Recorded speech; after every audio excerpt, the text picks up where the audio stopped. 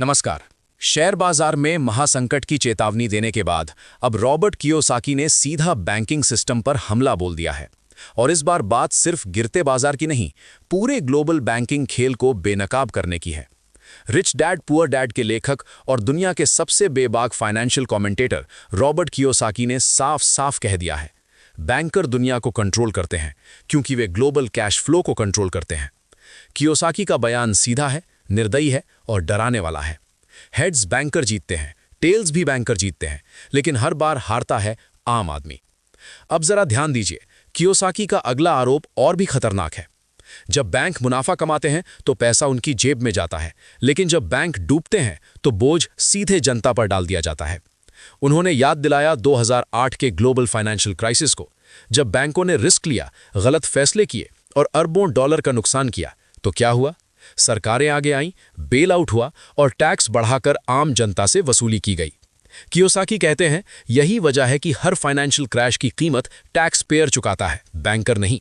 और यहीं से उनकी सबसे बड़ी चेतावनी निकल कर आती है, मैं वो गेम नहीं खेलना चाहता। कियोसाकी साफ कहते हैं, वो पारंपरिक बैंकिंग सिस्टम से दूरी बनाकर रखते हैं। उनकी पसंद क्या है? असली सोना, चांदी, बिटकॉइन और एथेरियम, यानी ऐसे एसेट्स जो बैंक के कंट्रोल में नहीं, सरकार की मर्जी पर नहीं और सिस्टम फेल होने पर भी आपके हाथ में रहते हैं। इतना ही नहीं, कियोसाकी इतिहास भी याद दिलाते हैं। उन्होंने कहा, 1773 में अमेरिका एक टैक्स फ्री देश के रूप में बना था और टैक्स के खिलाफ बॉस्टन टी पार्टी एक बड़ा विद्रोह था। मतलब संदेश साफ है, टैक्स और बैंकिंग सिस्टम हमेशा से सत्ता और कंट्रोल का हथियार रहे हैं। कियोसाकी यही नहीं रुकते, वो लोगों से सीधी अपील करते हैं, टैक्स प्लानिंग सीखो, खुद को एजुकेट करो। उन्होंने अपने सलाहकार टॉम व्हीलराइट की किताब टैक्स फ्री वेल्थ पढ़ने की सलाह दी और अंत में एक लाइन जो सीधा दिमाग हिला देती है, हारने वाले मत बनो, अपने पैसों के साथ स्मार्ट बनो। ये बयान ऐसे वक्त पर आया है जब दुनिया मंदी के डर में है, ग्लोबल मार्केट अस्थिर है और शेयर बाजार हर झटके पर कांप रहा है।